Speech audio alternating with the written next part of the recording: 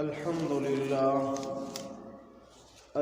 لله نحمده ونستعينه ونستغفره ونؤمن به ونتوكل عليه ونعوذ بالله من شرور أنفسنا ومن سيئات أعمالنا من يهده الله فلا مضل له ومن يضلله فلا هادي له ونشهد أن لا إله إلا الله وحده لا شريك له ونشهد أن سيدنا وسندنا ومولانا محمدا عبده ورسوله صلى الله تعالى عليه وعلى آله وأصحابه وبارك وسلم تسليما كثيرا أما بعد عن عبد الله بن عمر رضي الله تعالى عنهما قال رسول الله صلى الله عليه وآله وسلم أحب الأعمال إلى الله سرر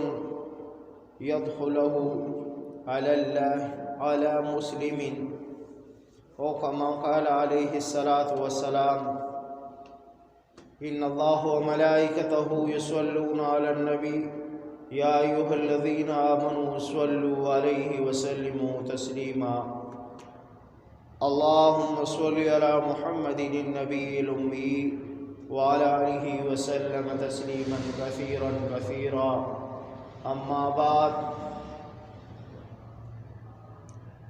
اے جنت تجھ میں حور و قصور رہتے ہیں، میں نے مانا ضرور رہتے ہیں، پر میرے دل کا طواف کر اے جنت کہ میرے دل میں حضور رہتے ہیں۔ میرے بزرگوں اور ساتھیوں، ایک روایت میں نے آپ کے سامنے تلاوت فرمائی۔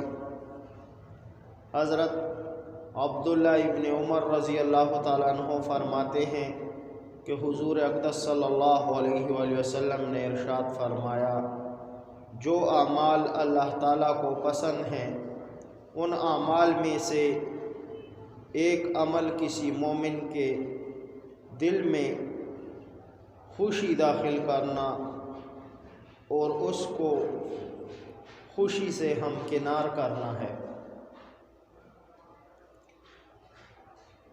اس حدیث کی سند اگرچہ کمزور ہے، مگر اس حدیث کا مضمون دوسری احادیث اور دلائل سے بھی ثابت ہے۔ حضور اقدس صلی اللہ علیہ وآلہ وسلم نے متعدد حدیث میں اور اپنے اقوال اور فعل کے ذریعے یہ بات واضح فرمائی ہے کہ کسی بھی صاحب ایمان کو خوش کرنا اللہ جل جلالہ کو بہت زیادہ پسند ہے۔ حضرت ڈاکٹر عبدالحی صاحب رحمہ اللہ تبارک و تعالی فرمایا کرتے تھے کہ جب کوئی بندہ اللہ جل جلالہ کی طرف رجوع کرتا ہے اور اللہ تعالیٰ سے اپنی محبت کا اظہار کرتا ہے تو اللہ جل جلالہ جواب میں زبان حال سے گویا یوں فرماتے ہیں کہ اگر مجھ سے محبت کرتے ہو تو میں تو تمہارے ساتھ دنیا میں ملنے والا نہیں ہوں کہ تم کسی وقت مجھ سے ملاقات کر کے اپنی محبت کا اظہار کرو، لیکن اگر تم کو میرے ساتھ محبت ہے تو اس کا تقاضا یہ ہے کہ میرے بندوں کے ساتھ محبت کرو، میری مخلوق سے محبت کرو، اور میری مخلوق سے محبت کرنے کا تقاضا یہ ہے کہ اس کو حتی الامکان خوش کرنے کی اور خوش رکھنے کی کوشش کرو۔ اس بارے میں ہمارے معاشرے میں افراد تفریق پائی جاتی ہے، اعتدال نہیں۔ کچھ لوگ تو وہ ہیں جو کسی دوسرے مسلمان کو خوش کرنے کی کوئی اہمیت ہی نہیں سمجھتے، اور ان کو یہ بھی نہیں معلوم کہ یہ کتنی بڑی عبادت ہے۔ کسی بھی مسلمان کو خوش کر دیا یا کسی انسان کو خوش کر دیا تو اللہ تبارک و تعالی اس پر کتنا اجر و ثواب عطا فرماتے ہیں، اس کا ہمیں احساس ہی نہیں۔ بزرگوں نے فرمایا ہے کہ دل بدست آور کہ حج اکبر آوس، دل بدست آور کے حج اکبر آست، یعنی کسی مسلمان کا دل ہاتھ میں لے لینا، یعنی اس کے دل کو خوش کر دینا، یہ حج اکبر ہے۔ اتنی بڑی فضیلت حاصل ہے اس کو۔ بزرگوں نے ویسے ہی اس کو حج اکبر نہیں کہہ دیا، بلکہ کسی مسلمان کے دل کو خوش کر دینا واقعی اللہ جل جلالہ کے محبوب اعمال میں سے ہے۔ ذرا اس بات کو سوچیں کہ اگر اس حدیث کی تعلیم پر ہم سب عمل کرنے لگے اور ہر انسان اس بات کی فکر کرے کہ میں کسی دوسرے کو خوش کروں تو یہ دنیا جنت کا نمونہ بن جائے، کوئی جھگڑا باقی نہ رہے، پھر کوئی حسد باقی نہ رہے، اور کسی بھی شخص کو دوسرے سے کوئی تکلیف نہ پہنچے۔ لہٰذا اہتمام کر کے دوسروں کو خوش کرو، تھوڑی سی تکلیف اٹھا کر اور قربانی دے کر دوسروں کو خوش کرو۔ اگر تھوڑی سی تکلیف اٹھا لو گے اور اس کے نتیجے میں دوسروں کو راحت اور خوشی مل جائے گی، تو دنیا میں چند لمحوں اور چند منٹوں کی جو تکلیف اٹھائی ہے اس کے بدلے میں اللہ جل جلالہ آخرت میں جو ثواب تمہیں عطا فرمائیں گے وہ دنیا کی اس معمولی سی تکلیف کے مقابلے میں کہیں زیادہ عظیم ہوگا وہ ثواب۔ ایک حدیث میں ہے حضور اقدس صلی اللہ علیہ وآلہ وسلم نے صدقے کی بہت سی قسمیں بیان فرمائی کہ یہ عمل بھی صدقہ ہے، فلاں عمل بھی صدقہ ہے، فلاں عمل بھی صدقہ ہے، اور صدقہ ہونے کا مطلب یہ ہے کہ اس پر ایسا ہی ثواب ملے جیسے صدقہ کرنے کا ثواب ہے۔ پھر اسی حدیث کے آخر میں حضور اقدس صلی اللہ علیہ وآلہ وسلم نے فرمایا وَإِن طَلَقَ أَخَاكَ بِوَجْهِ الطَّلَقِ، یعنی ایک صدقہ یہ ہے کہ اپنے بھائی کے ساتھ خوش اور مسکراتے ہوئے چہرے کے ساتھ ملو۔ جب تم کسی سے ملاقات کرو تو تم کو یہ احساس ہو کہ تمہاری ملاقات سے اس کو خوشی ہوگی، اور اس ملاقات سے اس کے دل میں ٹھنڈک محسوس ہو، اس کو صدقہ کرنے میں اللہ جل جلالہ نے شمار فرمایا ہے، اور حضور نبی کریم صلی اللہ علیہ وسلم کی حدیث مبارک ہے۔ لہٰذا جو لوگ دوسروں سے ملاقات کے وقت اور برتاؤ کے وقت لیے دیے رہتے ہیں، یعنی ماتھے چڑھائے رہتے ہیں اور وقار کے پردے میں اپنے آپ کو زیرو رکھتے ہیں، وہ لوگ سنت پر عمل نہیں کرتے۔ سنت طریقہ یہ ہے کہ جب اپنے مسلمان بھائی سے ملو تو وہ خوش اخلاقی کے ساتھ، شگفتگی کے ساتھ ملے اور اس کو خوش کرنے کی کوشش کرے۔ دوسروں کی طرف بعض لوگوں میں یہ بے اعتدالی پائی جاتی ہے کہ وہ یہ کہتے ہیں چونکہ دوسرے مسلمان کو خوش کرنا بڑی عبادت ہے لہٰذا ہم تو یہ عبادت کرتے ہیں کہ دوسروں کو خوش کرتے ہوئے یا دوسروں کو خوش کرتے ہیں، چاہے وہ خوش کرنا کسی گناہ کے ذریعے ہو نعوذ باللہ یا کسی ناجائز کام کے ذریعے ہو۔ جب اللہ تعالیٰ نے فرما دیا کہ دوسروں کو خوش کرو تو ہم یہ عبادت انجام دے رہے ہیں، حالانکہ بعض ایک وقت ایسا ہوتا ہے کہ یہ گمراہی بن جاتی ہے، اس لیے کہ دوسروں کو خوش کرنے کا مطلب یہ ہے کہ مباح اور جائز طریقے سے دوسروں کو خوش کرو۔ اب اگر ناجائز طریقے سے دوسروں کو خوش کرو گے تو اس کا مطلب یہ ہوا کہ گناہ کر کے اللہ تعالیٰ کو ناراض کر دیا اور بندے کو خوش کر دیا. یہ کوئی عبادت نہیں. لہٰذا اگر دوسرے کی مروت میں آ کر یا اس کے تعلقات میں مروب ہو کر گناہ کا ارتکاب کر لیا تو یہ کوئی دین نہیں ہوا، یہ کوئی عبادت نہیں ہوئی، بلکہ تم نے اللہ جل جلالہ کو ناراض کر دیا. اکبر بادشاہ کے زمانے میں ایک شاعر تھا فیضی نام سے، بہت بڑے ادیب اور شاعر گزرے ہیں فیضی. ایک مرتبہ وہ حجام سے داڑھی بنوا رہے تھے. ایک صاحب ان کے پاس سے گزرے اور انہوں نے جب دیکھا کہ فیضی صاحب داڑھی منڈوا رہے ہیں تو انہوں نے فیضی سے کہا، آغا عریش می تراشی، جناب آپ یہ داڑھی منڈوا رہے ہیں؟ تو فیضی نے جواب میں کہا، بلے عریش می تراشم ولے دلے کسے نمیتا خراشم. جی ہاں داڑھی منڈوا رہا ہوں لیکن کسی کا دل نہیں دکھا رہا. اس فیضی نے جواب میں کہا کہ داڑھی منڈوا رہا ہوں کسی کا دل نہیں دکھا رہا. مطلب یہ تھا کہ میرا عمل میرے ساتھ ہے اور میں کسی کی دل آزاری نہیں کرتا یا کسی کی دل آزاری نہیں کر رہا، اور اب تم نے جو میرے اس عمل پر مجھے ٹوکا ہے تو اس کے ذریعے تم نے میرا دل دکھا دیا ہے.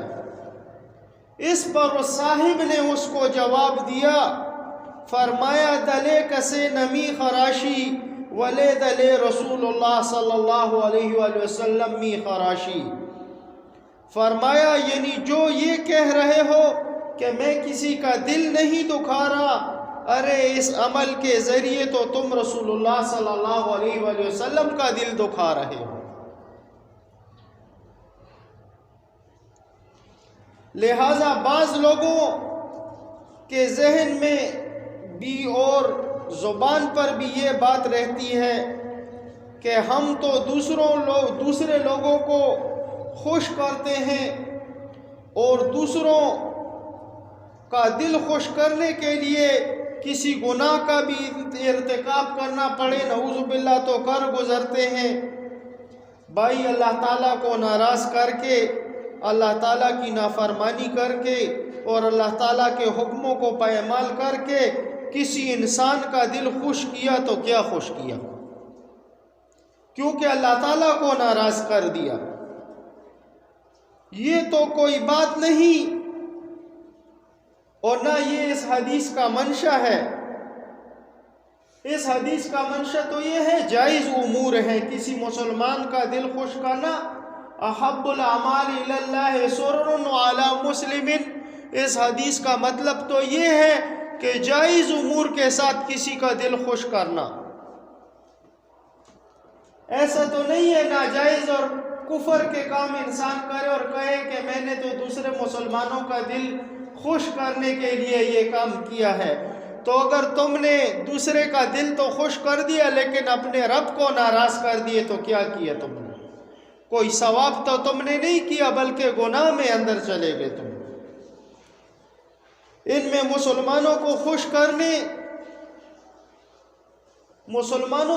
کرنے کی فکر کرو. حضرت تھانوی رحمہ اللہ نے اس حدیث کی تشریح فرماتے ہوئے کہا کہ یہ معمول صوفیاء کی مثل طبی کے ہے، یعنی طبیب ایک دوا جو دیتا ہے. یعنی صوفیاء کرام جو اللہ کے دوست اور اللہ کے ولی ہوتے ہیں، ہر مسلمان کو خوش کرنے کی فکر ان کی طبیعت بن جاتی ہے. ان کے پاس آ کر آدمی ہمیشہ خوش ہو کر جاتا ہے، غمگین ہو کر نہیں. اس لیے اللہ تبارک و تعالیٰ کے فضل سے ان کو اس سنت پر عمل کرنے کی توفیق ہوتی ہے صوفیاء کرام کو، کہ وہ اللہ کے بندوں کو خوش کرتے ہیں. پھر آگے فرمایا کہ اس کی ایک شرط ہے وہ یہ ہے کہ اس سرور کو داخل کرنے سے خود شرور میں داخل نہ ہو جاؤ. اس سرور کو یعنی اس خوشی کو دوسرے میں داخل کرنے میں کہیں تم اپنے آپ کو شر میں نہ کر بیٹھو.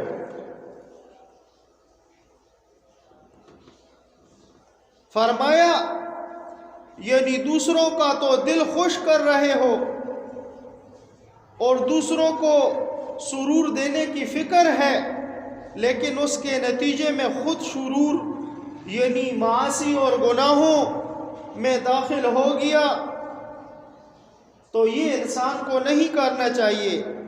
آگے فرمایا جیسا ان لوگوں کا طریقہ ہے جنہوں نے اپنے مسلک کا لقب اصلاح کل رکھا ہوا ہے.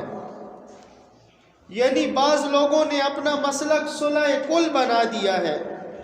ان کا کہنا یہ ہے کہ ہم تو صلح کل ہیں، لہٰذا کوئی کچھ بھی کرے ہم کسی کو بھی کسی غلطی پر نہیں ٹوکیں گے، کسی برائی کو برائی نہیں کہیں گے، کسی برائی کی تردید نہیں کریں گے، ہم تو صلح کل ہیں. یہ طریقہ بھی صحیح نہیں ہے، یہ بھی سنت کے خلاف ہے. آگے حضرت نے فرمایا امر بالمعروف کو چھوڑے. یعنی بعض لوگ تو اسی وجہ سے امر بالمعروف و نہی عن المنکر کو نہیں کرتے.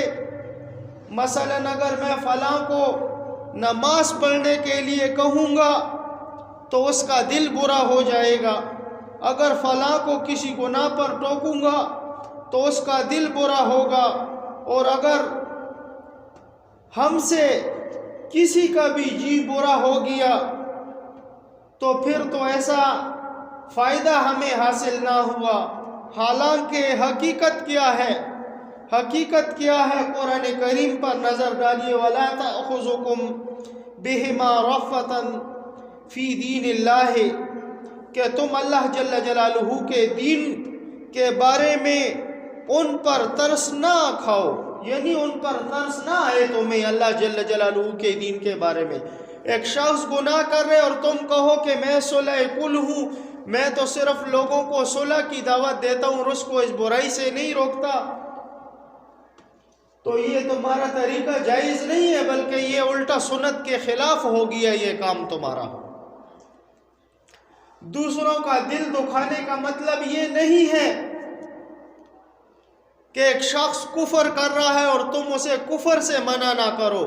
ایک شخص گناہ کبیرہ کر رہا ہے اور تم کہو کہ بس یہ گناہ کبیرہ اور کفر کرے خیر ہے، لیکن میرا دل نہ برا ہو جائے، کہیں یہ شخص مجھ سے ناراض نہ ہو جائے. دوسروں کو راضی کرنے کی خاطر خالق کو ناراض کر دیتے ہیں. مخلوق کی خاطر خالق کو ناراض کر دینا یہ بہت بڑا عظیم گناہ ہے. اس حدیث کا مطلب لوگ الٹا لے لیتے ہیں. احب الاعمال الی اللہ سرر علی مسلم. آقا علیہ الصلوۃ والسلام نے فرمایا کہ اللہ جل جلالہ کا پسندیدہ عمل وہ ہے کسی مسلمان کو خوش کرنا. تو اس کا مطلب یہ نہیں ہے کہ ایک شخص کفر بھی کرے تو تم صرف اس کو خوش کرنے کی خاطر اسے کچھ بھی نہ کہو. ایک شخص کہے نعوذ باللہ کہ بس نماز کے لیے اگر اسے کہوں گا تو یہ شخص مجھ سے خفا ہو جائے گا، تو اگر نماز کے لیے تم کسی کو کہہ رہے ہو تو اس بات پر ترس مت کھاؤ. قرآن نے جواب دیا اس آیات میں. ایک شخص گناہ کر رہا ہے اور تم یہ مت سوچو کہ میں اسے گناہ پر ٹوکوں گا تو اس کی دل آزاری ہو جائے گی اور یہ برا منا جائے گا. تو یاد رکھو اسلام تمہیں اس بات کی دعوت دیتا ہے کہ تم دوسروں کا دل تو خوش کرو، لیکن گناہ کی بات ہو تو اسے ٹوکو. نماز کے لیے نہیں آ رہا تو اسے کہو، محبت سے اخلاق سے کہو.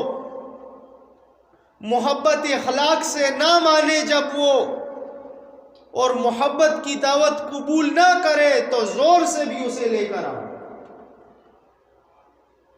کیوں؟ یہ تمہارا اس کے ساتھ بلا ہے، تمہاری دشمنی نہیں اس کے ساتھ. یہ تم نے اس کے ساتھ نیکی کی ہے. کل قبر میں ذلت اور رسوائی سے اس کو بچا دیا تم نے، کل جہنم کی آگ سے تم نے اس کو بچا دیا۔ تو اس کا مطلب یہ نہیں ہے کہ تم نے اس کی دل آزاری کر دی، بلکہ یہ تو تم نے اس کے ساتھ نیکی کر دی ہے۔ تو بعض لوگ اس بات کو، دین کی اس بات کو بھی الٹا لے لیتے ہیں، کہتے ہیں مت کہو یار اس کو برا مانا جائے گا اور پھر دل آزاری ہوگی، اور تو اس بات کا یہ سوچنا کہ اس کی دل آزاری ہو جائے گی اور یہ برا مانا جائے گا، تو اس تم نے الٹا دین میں خلل ڈال دیا۔ بلکہ تمہیں چاہیے کہ تم اخلاق کے ساتھ اسے دعوت دو اور مسجد کی طرف بلاؤ اس کو۔ اگر وہ نہ آئے تو پھر اس کو جو ہے پہلے فضائل بتاؤ، پہلے اس نماز کے ثواب اسے بتاؤ، اور اگر وہ نماز کے ثواب نہ مانے تو پھر نماز چھوڑنے کے عذاب بھی اسے بتاؤ کہ نماز جان بوجھ کر چھوڑ دی تو یہ سزا بھی ہے اس کے اوپر۔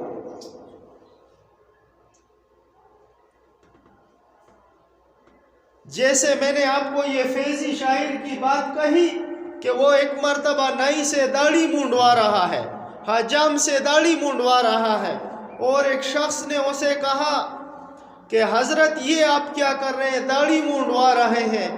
تو فیضی شاعر نے جواب میں اسے کہا کہ داڑھی مونڈوا رہا ہوں، کسی کا دل نہیں دکھا رہا۔ فیضی کو جواب میں اس شاعر نے کہا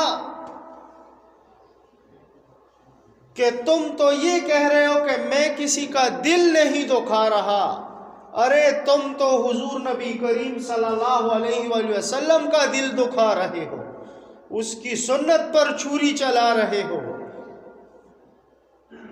تم کیسے کہتے ہو کہ میں کسی کا دل نہیں دکھا رہا؟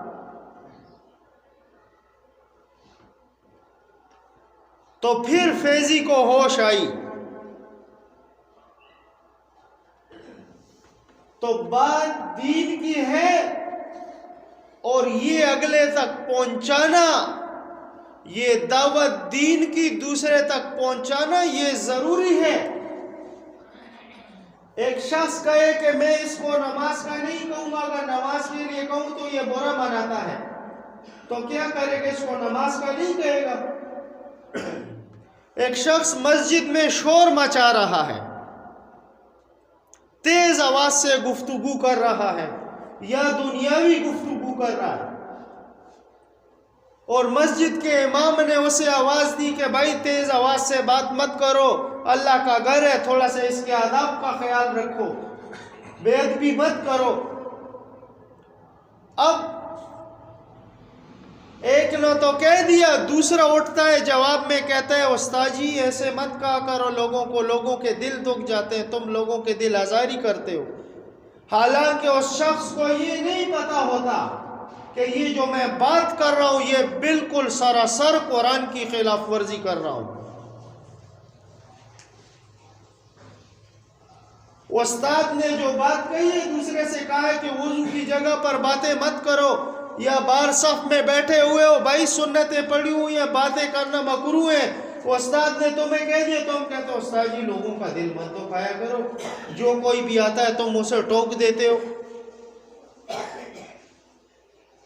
حالانکہ اب اس شخص کو پتہ نہیں ہے، لیکن اس نے صرف امام کے اوپر اپنا وزن ڈالنا تھا کہ امام کو میں اپنے روب کے نیچے کیسے کروں گا، یہ میرے نیچے کیسے آئے گا یہ۔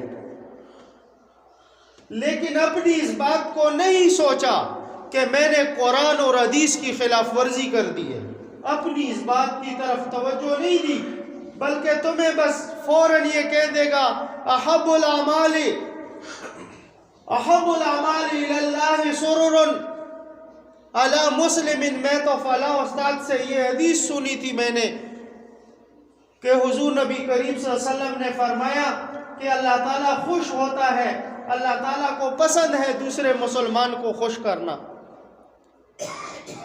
اور استاد جی تم نے تو یہ بات کہہ دی ہے۔ لیکن اس حدیث کے مفہوم کو وہ خود نہیں سمجھا تو وہ استاد کو ٹوک رہا ہے، الٹا امام کو ٹوک دے گا کہ استاد جی حدیث میں تو یہ، میں نے دیکھو کل میں نے نیٹ پہ بھی یہ حدیث دیکھی تھی۔ اب تو انٹرنیٹ کی پیداوار ہے نا سب، وہ نیٹ پہ ہی سب، دین تو انٹرنیٹ پر آ گیا ہے، تو اکثر لوگ ایسے ٹوک دیتے ہیں، ہمیں کہتے ہیں استاد جی یہ بات تم نے کہہ دی حدیث میں تو یہ، اب اس نے اپنی بات کی طرف سوچا نہیں کہ اس حدیث کا مطلب اور مفہوم کیا ہے۔ اگر استاد نے اس شخص کو روکا اور ٹوکا ہے کسی بات پر تو اس وجہ سے ٹوکا ہے کہ وہ گناہگار نہ ہو، کہیں اللہ کے گھر میں بیٹھا ہے، ثواب کے لیے آیا ہے، اور یہاں سے جائے عذاب جیب میں لے کر، تو یہ نیکی ہوئی اس کے ساتھ یا دشمنی ہوئی؟ لیکن ہمیں دین کے بارے میں پتہ نہیں ہے تو ہم اس بات کو الٹا لیتے ہیں۔ ہمیں قرآن اور حدیث کے بارے میں پتہ نہیں ہے تو ہم اس بات کو الٹا لے لیتے ہیں۔ اگر اردو کی کتابیں پڑھ پڑھ کر سب عالم بنتے تو پھر ان دارالعلوموں کی ضرورت کیا تھی؟ پھر یہ مدارس اور یہ علماء اور ان مشائخ اور ان صوفیاؤں کی کیا ضرورت تھی؟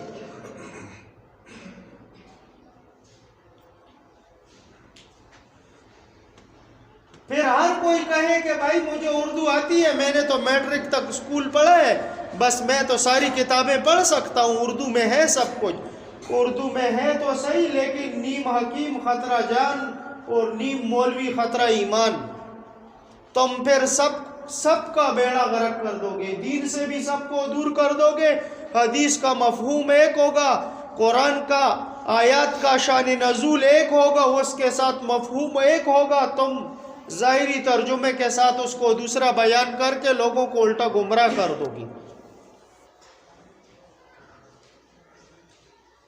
یہ یاد رکھو، بعض لوگ ان باتوں کو سمجھتے نہیں ہیں، ہر کوئی آج کل شیخ الحدیث بنا ہوا ہے، تھوڑی سی نیٹ پر کوئی باتیں دیکھ لی، استاد جی تم تو یہ کہہ رہے ہو کتاب میں تو یہ، اب اسے پتہ نہیں ہے، بس ظاہراً سامنے اردو دیکھ لی اور امام پر فتویٰ لگا دیا، بھائی بس یہ بات ایسی ہے۔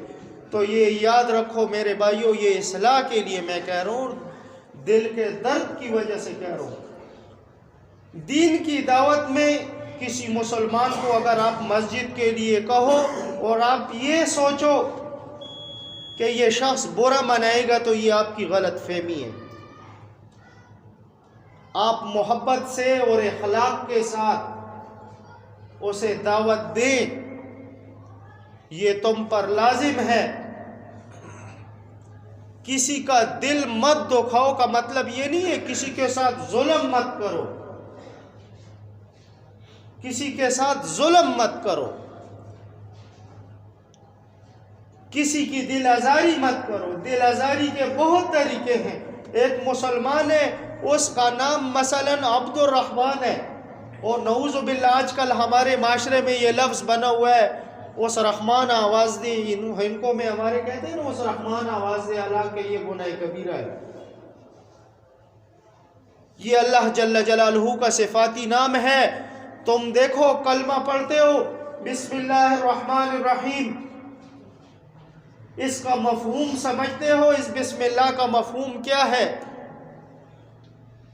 اس کا صحیح مفہوم یہ ہے کہ بسم اللہ میں یہ با حروف جارہ میں سے ہے، اور یہ اسم نام کو کہا جاتا ہے، اور یہ میم جو آخر میں مکسور ہوتا ہے یعنی اس میں زیر آتی ہے، یہ اس با کی وجہ سے آتی ہے، یہ عربی کا قاعدہ ہے اس میں۔ اور ابتدا میں جب یہ آتا ہے الرحمن، تو الرحمن کا معنی کیا ہے؟ جو عام مہربان ہے دنیا میں تمام مخلوقات پر۔ الرحمن کا صحیح لفظی معنی کیا ہے؟ جو عام مہربان ہے دنیا میں تمام مخلوقات پر۔ الرحیم کا معنی کیا ہے؟ الرحیم کا معنی یہ ہے کہ جو خاص مہربان ہے آخرت میں مومنوں پر، نہ کہ کفاروں پر۔ یہ اس کے صحیح لفظی معنی ہیں۔ اب بتاؤ ہمارے اس معاشرے میں اگر ایک شخص کو عبد الرحمن نام ہے، اس کو نعوذ باللہ بعض لوگ استغفر اللہ منہ سے گستاخی کے الفاظ نکالتے ہیں، نعوذ باللہ رحمان کو رحمانہ بھی نعوذ باللہ ثم نعوذ باللہ کہتے ہیں، حالانکہ یہ تو سب کو پتہ ہے کہ یہ اللہ پاک کا صفاتی نام ہے۔ اگر اس شخص پر اب اس شخص کی تم نے دل آزاری کی تو تم نے گناہ کبیرہ کیا، بلکہ اس کا تم صحیح نام لو عبد الرحمن، عبد الرحیم۔ یہ بعض لوگ یہ نام رکھ دیتے ہیں، لیکن جس کا نام ہے اگر اس کو صحیح پتہ ہے تو وہ اس بات پر برا مناتا ہے کہ یہ کیوں اس نے صرف رحمان کہا مجھے۔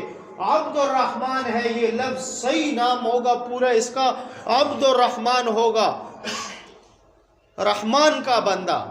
اگر ڈائریکٹ تم اس کو رحمان کہہ دیتے ہو تو یہ لفظ بھی تمہارا صحیح نہیں ہے۔ یہ رحمان تو اللہ جل جلالہ کا صفاتی نام ہے۔ یہ بہت سے مسائل ایسے ہیں، اکثر لوگ نام رکھتے ہیں، پہلے گھر سے ہی اس نام کو بگاڑ دیتے ہیں، اور پھر اسی نام والے شخص کو جب باہر اس نام سے پکارا جاتا ہے تو وہ برا مناتا ہے۔ جب برا مناتا ہے تو یہ اسے کہتے ہیں دل آزاری، اسے کہتے ہیں دل آزاری۔ یا ایک مسلمان سیدھا ہے، کسی کو نہ کوئی تکلیف دیتا ہے نہ کچھ، تم نے اس کے گھر پر پانی چھوڑ دی یا تم نے اس کے لیے کوئی راستے میں کھڈا بنا دیا، جیسے آج کل ہمارے مسلمان کرتے ہیں، جگہ جگہ بریکر بناتے ہیں، تو یہ دل آزاری کے کام یا دوسرے مسلمان کے ساتھ ظلم کرنا، کسی بھی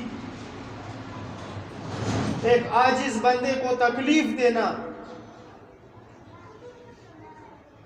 پھر اس کے ساتھ ساتھ دل آزاری میں یہ باتیں بھی داخل ہیں، چغل خوری، غیبت، فساد، یہ حسد، یہ تمام باتیں۔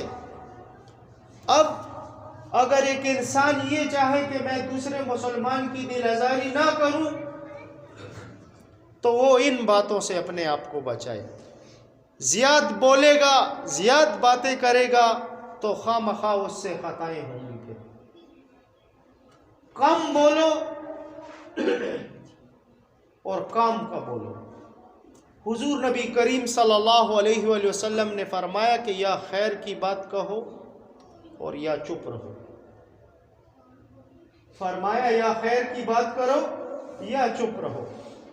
تو انسان اگر اس زبان سے اللہ کا ذکر کر سکتا ہے، دوسرے مسلمان کی دل آزاری نہ کرے، دوسرے مسلمان کو تکلیف نہ دے، کیوں؟ اس سے بہتر یہ ہے کہ وہ اللہ جل جلالہ کا ذکر کرے، وہ اللہ جل جلالہ کے ذکر میں اس زبان کو مصروف رکھے، نہ کہ دوسروں کی غیبتوں پر، نہ کہ دوسرے مسلمانوں کے عیب تراشی میں۔ آج ہم مسلمان یہاں تک پہنچ چکے ہیں کہ یہاں گھڑی میں وقت بالکل فکس ہو چکا ہوتا ہے، اور ہم مسجد کے گیٹ کے آگے کھڑے ہو کے کہتے ہیں کہ فلاں کی ایسی کی تیسی، اور فلاں کی ایسی، اور فلاں ایسا ہے، اور فلاں ایسا ہے۔ بس یہاں جماعت بھی اس سے گئی، وقت بھی غیبت پر گزار دیا، اور جان بھی گناہگار کر دی، گناہ کبیرہ کا ارتکاب بھی کر لیا۔ اور اب کیا ہوگا؟ یہ غیبت ایک اتنی خطرناک چیز ہے،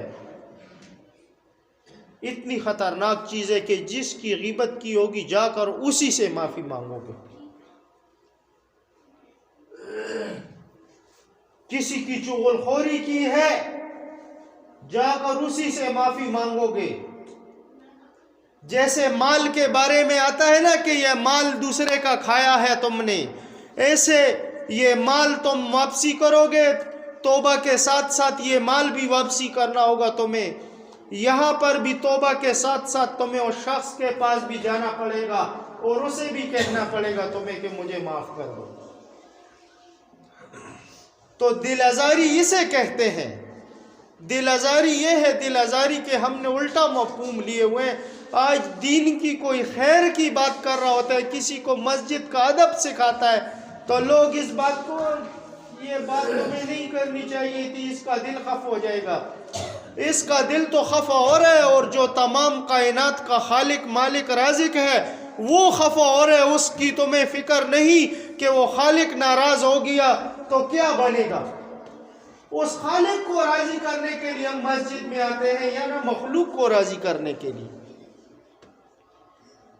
آج ہمیں مخلوق کی فکر ہے لیکن خالق کی فکر نہیں ہے. خالق نعوذ باللہ ناراض بھی ہو جائے تو ہمیں پرواہ نہیں ہے.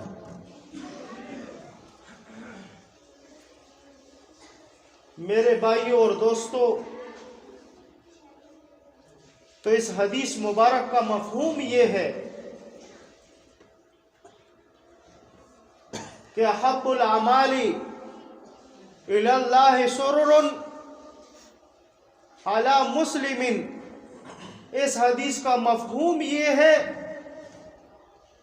کہ اللہ تعالیٰ کو پسند ہے دوسرے مسلمانوں کو خوش کرنا، دوسرے مسلمان کو سرور اور شگفتہ بات کرنا، اس سے خوش کلامی کے ساتھ. لیکن یہ بات بھی یاد رکھنی چاہیے اس کے ساتھ کہ اس حدیث کی پوری تشریح دیکھو اور پورے مفہوم کو دیکھو. دل آزاری اسے نہیں کہا جا سکتا کہ تم کسی کو نماز کا کہو. دل آزاری اسے نہیں کہا جا سکتا کہ تم کسی کو کہو نعوذ باللہ کہ بھائی نماز کے لیے آؤ، یا تم وضو کی جگہ پر باتیں مت کرو، یا دوسرے کی غیبت مت کرو. اس بات پر تم نے اگر اسے ٹوکا تو یہ ٹوکنا دل آزاری نہیں ہے، بلکہ یہ تم نے اس کے ساتھ احسان کیا ہے، تم نے اس کے ساتھ نیکی کی ہے کہ تم نے اسے گناہ سے بچا لیا اور اسے مسجد میں لے کر آ گئے تو اور نور علی نور. اور اگر ایک شخص مسجد میں گفتگو کر رہے، دنیاوی گفتگو کر رہے، اور اسے کوئی ٹوک دے کہ بھائی تم یہاں مذاق اور نخرے اور دنیاوی گفتگو مت کرو، تو یہ اس کی دل آزاری نہیں ہے بلکہ یہ اس کی اصلاح ہو رہی ہے اور اس کے ساتھ تم نے احسان کیا ہے کیونکہ اس کو گناہ سے بچا لیے تم نے. یہ مسجد میں بیٹھا اور دنیاوی گفتگو کرتا جاتا یا اور کوئی غیبتیں کرتا تو یہ الٹا گناہگار ہو جاتا. تم نے گناہ سے اسے بچا لیا ہے، تم نے دل آزاری نہیں کی اس کی. دین کو صحیح سمجھنا چاہیے. بعض حدیث مبارکہ ہم سنتے تو ہیں لیکن عملی طور پر بھی اسے زندگی میں لانا چاہیے. اللہ جل جلالہ ان باتوں پر پہلے مجھے عمل کی توفیق عطا فرمائے، بعد میں آپ کو. واخر دعوانا الحمدللہ رب العالمین.